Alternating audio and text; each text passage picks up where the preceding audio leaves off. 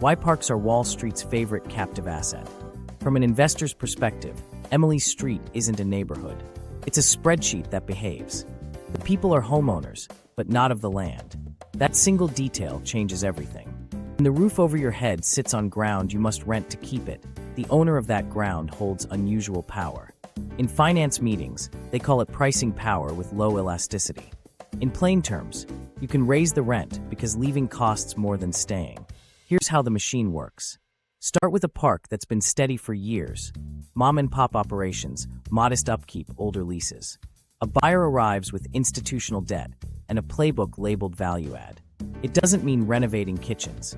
It means extracting more income from the same dirt. Step 1, lift lot rent to market. Step 2, pass through utilities, trash, and admin. Step 3, tighten rules and shorten cure windows so late pay turns into fee revenue faster. Step 4, rationalize amenities. Close or bill for anything that doesn't pay for itself. Each change feeds one number, net operating income. Because parks rarely include structures the owner must maintain, capital expenditures stay relatively light. No roofs, no interiors, no furnaces in most cases. The residents own those. The owner manages roads, pipes, common areas, and the lease. That's why analysts like this asset. Low capex, high stickiness. Meanwhile, vacancy risk is muted by the mobility myth. If it costs thousands to move your home, moving often means surrendering it. Tenancy becomes hard to break, even when the budget does. Now layer on the finance. When NOI jumps, the paper value of the park rises at a cap rate set by recent sales. A $100 increase across 200 lots at a 6% cap can add millions on paper. That new value supports a refinance. Cash out, reduce cost of capital, by the next park, repeat. Bankers call it growth. Residents call it the moment the second letter arrives. The cadence is annual because debt and budgets are annual. Every 12 months, expectations reset. The details are where this shifts from business plan to lived pressure. Automatic escalators slip into leases, pre-scheduling rent bumps beyond market conditions. 5-day pay or quit clauses shorten the time between a bad week and a court date. Attorney fee shifting makes contesting anything a gamble residents can't afford. Mandatory arbitration pulls disputes out of public view. Master lease addenda let owners layer fees without reopening the base rent debate. None of these sound dramatic. Together, they tilt the floor. What nobody outside the loop sees is how market gets made. An appraiser tours a handful of recent acquisitions where rents rose last quarter. Those comps justify the next hike here. The next hike here justifies the one down the road. Appraisals chase appraisals until a region harmonizes upward. Wage growth rarely keeps pace. The spreadsheet doesn't track that. Microstories play out inside the model's margins. A single mom misses by 2 days. A $75 late fee hits. A retiree pays the lot rent, but can't absorb the new water bill. The account slides into arrears. The park posts a bright flyer about preferred buyers. The discount buyback resets the lot for a higher-paying tenant. Turnover, once a risk in apartments, becomes a feature here. Legacy rents vanish. New leases arrive at the top of the range. Churn stops being a red flag. It becomes a revenue line. Investors talk about efficiency. They rebrand closures as liability reduction. That pool? Too costly, close it. The community room? Repurpose or rent it. Dog fees, extra vehicle fees, gate fob deposits, admin charges for electronic payment, paper billing charges for those without internet. The nickel-and-diming of airlines, except you can't choose another airline next month. You stay, or you sell to the flyer guy. Meanwhile, the owner's costs are predictable. Insurance for the park, not the homes. Taxes on the land, not the structures. Repairs to mains and roads, not kitchens and sinks. They can plan in quarters. Tenants plan in paychecks. That mismatch is the engine. Some owners aren't shy about the strategy. In investor decks, a bulleted slide reads, rent under market, water/sewer unbilled, below average fee schedule, 12 to 24-month alignment. On the next slide, targets, $X per pad lift, $Y in ancillary fees, Z% expense pass-through.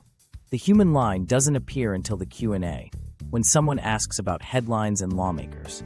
The answer is always the same. We operate responsibly, align to market, and invest in our communities. What does invest look like on the ground? Sometimes new signage and fresh gravel. Sometimes meter replacements that convert a lump sum bill into precise allocations at higher per gallon rates. Sometimes asphalt patches after a winter of tire-damaging potholes. It's not nothing. It just doesn't balance the ledger of extraction residents feel month to month. Here's the quiet genius of the yield machine. It turns immobility into income and regulation into routine. As long as moving costs more than staying, as long as leases allow rules by notice, as long as valuations reward NOI growth, the machine hums. It doesn't need spectacular returns. It needs small, reliable squeezes. And because the asset is a home you can't easily move, the squeeze holds. Back in Emily's kitchen, that reality takes a simpler form. She circles the due date on a calendar twice and writes fees in the margin. The landlord circles a number on a pro forma and writes debt service. Those circles never touch. That's why parks are favorites on earnings calls, and why a block like hers can feel like a captive audience for a show they didn't buy tickets to. The subsidized lever, government-backed debt that fuels rent hikes. To understand the speed of those letters, you have to follow the money upstream. The cheap credit that bought Emily's street didn't come from a shadowy lender. A huge slice came with federal logos. Roughly 49% of private equity purchases of manufactured home parks have been financed by Fannie Mae and Freddie Mac. Loans marketed as affordable housing finance that on paper lower borrowing costs and stabilize supply. In practice, that cheaper debt lets buyers pay more, then recover the premium through residents' bills. Here's how it moves from a desk in DC to a mailbox by Lot 11. A fund lines up an agency-backed loan under banners like workforce housing or affordable communities. The interest rate is better than they'd get elsewhere. That lower rate fattens the pro forma, which justifies a higher purchase price. The appraisal leans on comps that already include recent rent spikes. The deal closes. The debt service clock starts. The only lever the new owner controls day one is income. So the alignment to market plan runs on schedule. Meanwhile, the covenants that were meant to protect affordability rarely reach the kitchen table. Instead of hard rent caps, they tie to broad benchmarks like area median income or require a handful of units to meet vaguely defined tests. They don't stop pass-through utilities, amenity reclassifications, or fee stacking. They don't ban 5-day pay or quit or attorney fee shifting. A community can satisfy a paper standard while the real price to live there rises faster than any index can catch. In one boardroom, an executive points to a slide labeled mission alignment. It lists capital improvements, meters, roads, signage, maybe a gate. A footnote mentions resident services. Then in smaller print, projected NOI growth, X per pad per year. The federal lender's representative asks about affordability commitments. The owner cites the same footnote and a rent-to-income ratio that lives in a spreadsheet, not in Rose's wallet. What nobody says out loud is that the public subsidy lands as private leverage. When the government lowers the cost of capital, the benefit doesn't flow directly to residents. It flows to the buyer, who brings a plan to extract it back through rent and fees. The agency can argue that without their financing, the deal might have gone to a riskier lender with even harsher outcomes. Residents can point to the calendar. The hike arrived anyway, backed by a cheaper loan whose press release described preserving affordability. Consider a microstory that played out 3 towns over. A park refinanced as workforce housing closed in spring. By winter, lot rents rose 18%. A new water billing system rolled out at the same time, itemized to the gallon with an admin fee. The debt service line on the owner's report was green. The pantry line on a dozen budgets wasn't. No covenant triggered. No headline. Just the quiet math of a subsidized lever turning. The irony runs deeper. Because agency financing is now so common in these roll-ups, it helps create the very market used to justify the next set of increases. A chain reaction. Publicly supported loans fund acquisitions. Acquisitions seek NOI growth. Rent hikes become comps. Comps raise appraisals. Appraisals raise valuations. Higher valuations support more publicly supported loans. The circle looks like stability on a slide. On the ground, it feels like drift that never pauses. Residents don't see the term sheet, but they feel its tempo. Why the second letter arrived in month 12. Why the Phase 2 increase referenced regional averages that didn't exist 2 years ago. Why the owner's promise of capital improvements translated into smart meters that produced precision bills, not lower ones. The subsidized lever isn't abstract. It's cadence. There are people inside these institutions who know this tension. Staff who join to expand affordable housing watch the pipeline fill with deals whose impact reads differently on the ground. Some push for tighter covenants, actual rent caps, fee transparency, enforcement with teeth. Others warn that pushing too hard will shrink lending and leave communities exposed to worse actors. The stalemate becomes policy inertia. The loans keep closing. The letters keep landing. Back in Emily's Park, the number at the bottom of the page doesn't list agency-enhanced debt as a line item. It lists the amount due by the first, the late fee by the second, the notice on the third. When she asks the manager whether the rent can really jump this fast, the answer leans on market and investment in the community. Somewhere far away, a loan officer checks a compliance box and moves to the next file. If you listen closely, you can hear the contradiction humming. The United States invests in affordability with one hand and extracts through affordability with the other. One line of the federal balance sheet lowers a borrower's interest rate. Another line in a family budget rises to repay it. The math balances in aggregate. It picks in kitchens. That's the subsidized lever, public good collateralized into private yield, timed to the rhythms of debt that never meet the rhythms of paychecks. Fee stacking and lease traps, the invisible rent. The first increase feels like the hit. The second is where the fine print starts charging rent. Emily thought she could tighten the budget and make it work. Then the bill changed shape. The base lot rent stayed bold at the top, but new lines appeared underneath. Water, sewer, trash, admin, processing, community support. Each with a dollar sign and a reason that sounded official. The total wasn't a $100 hike anymore. It was $168 this month, and probably more next. Here's how the invisible rent works. Parks roll out submeters and third-party billing. Water that used to be bundled becomes itemized to the gallon, plus an administrative fee. Sewer, once a flat line, now passes through at cost with an added charge for service management. Trash gains a fuel surcharge when diesel jumps. Suddenly, a $600 lot rent looks like $728 without anyone raising rent. Meanwhile, late shifts move the rules. A 5-day pay-or-quit clause turns a rough Wednesday into a legal clock. If you're due on the 1st and your paycheck lands on the 4th, a $75 late fee hits, followed by a notice fee, then an attorney fee that's billable even if you cure. In the lease, attorney fee shifting means if you contest a charge and lose, you pay both sides. Most people don't roll those dice. They swallow a fee that shouldn't have been there. Mandatory arbitration hides the fight.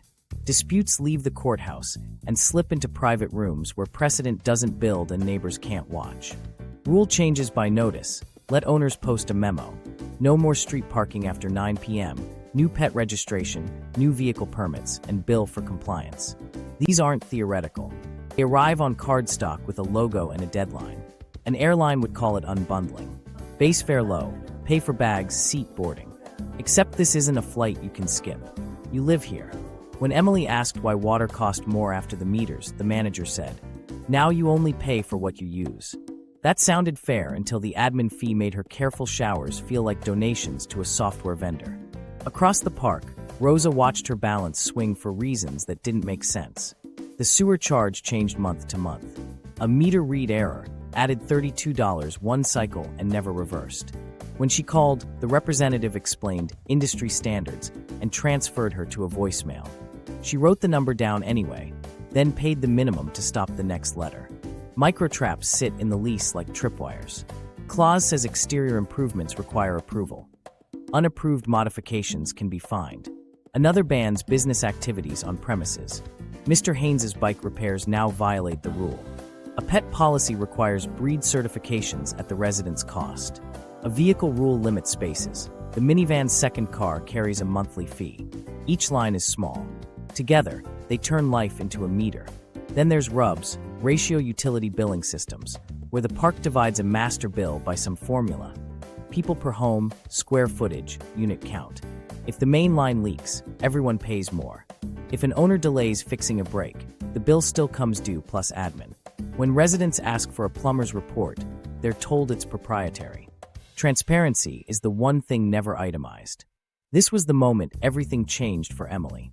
Not when the rent went up, but when she realized the total could drift without warning. That's when the flyer on the board offering a fixed payment plan looked like safety. The plan charged $10 a month to freeze admin fees for 6 months. She almost signed before legal aid circled a clause. Missing one payment voided the deal and reinstated every deferred charge retroactively.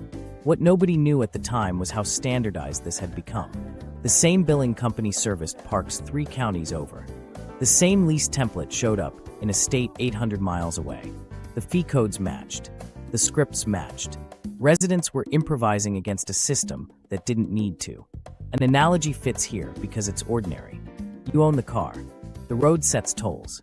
Overnight, the road adds a camera fee, a lane access fee, a vehicle data management fee, and a safety enhancement surcharge.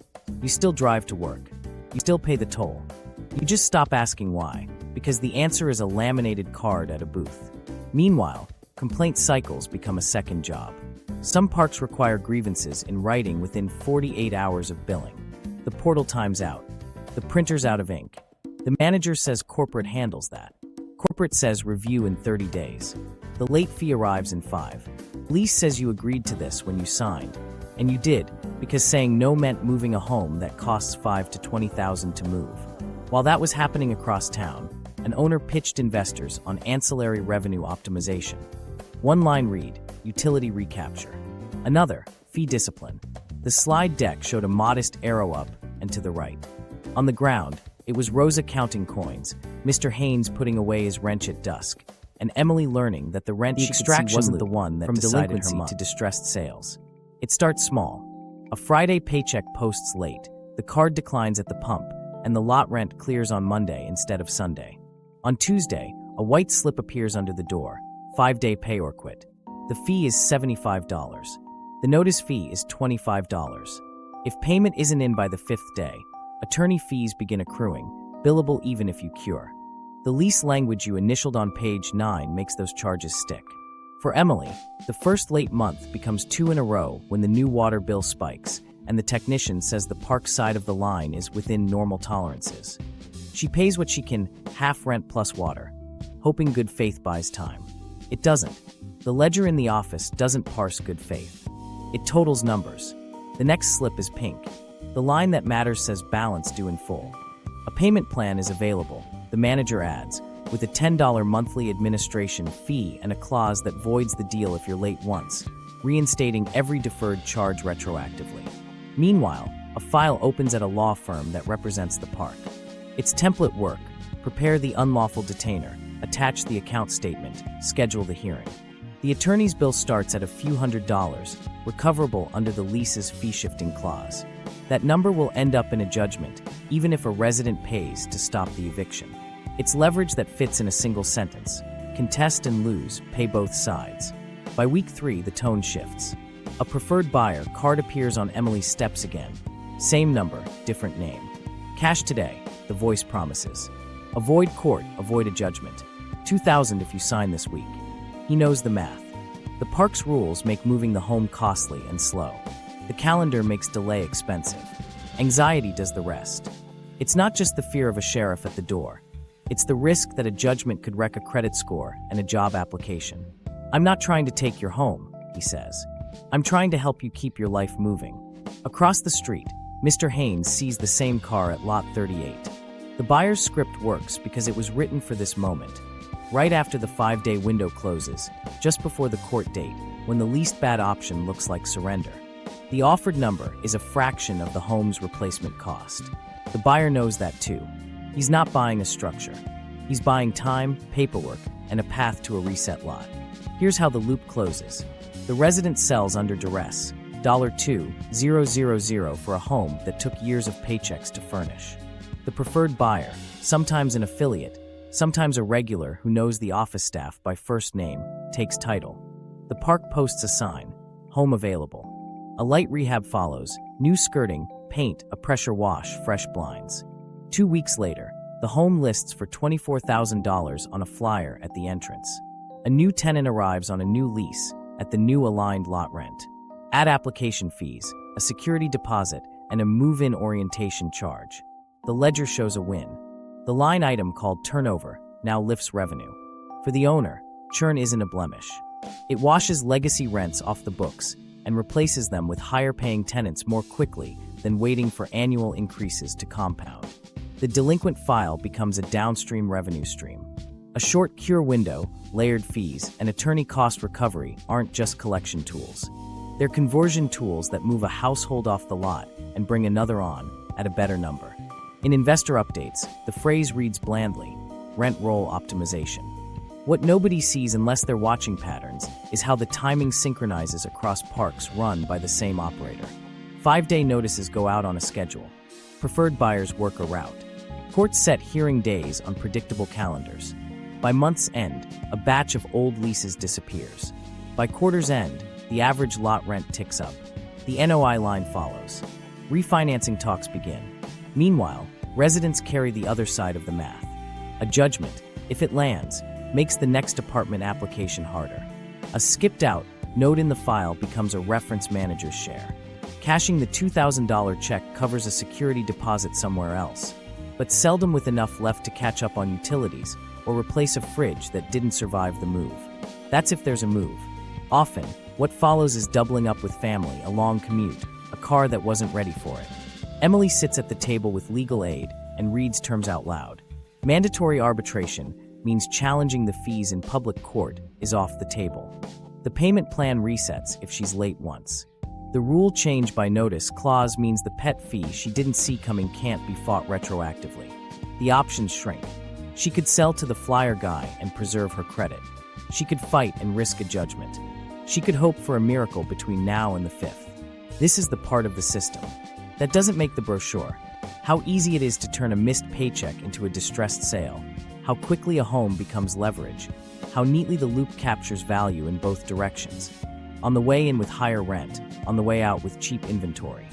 In another neighborhood, a $2,000 buyback and a $24,000 resale would be a scandal. Here, it's Tuesday. The loop persists because it's quiet. No sheriff's truck if the sale happens first.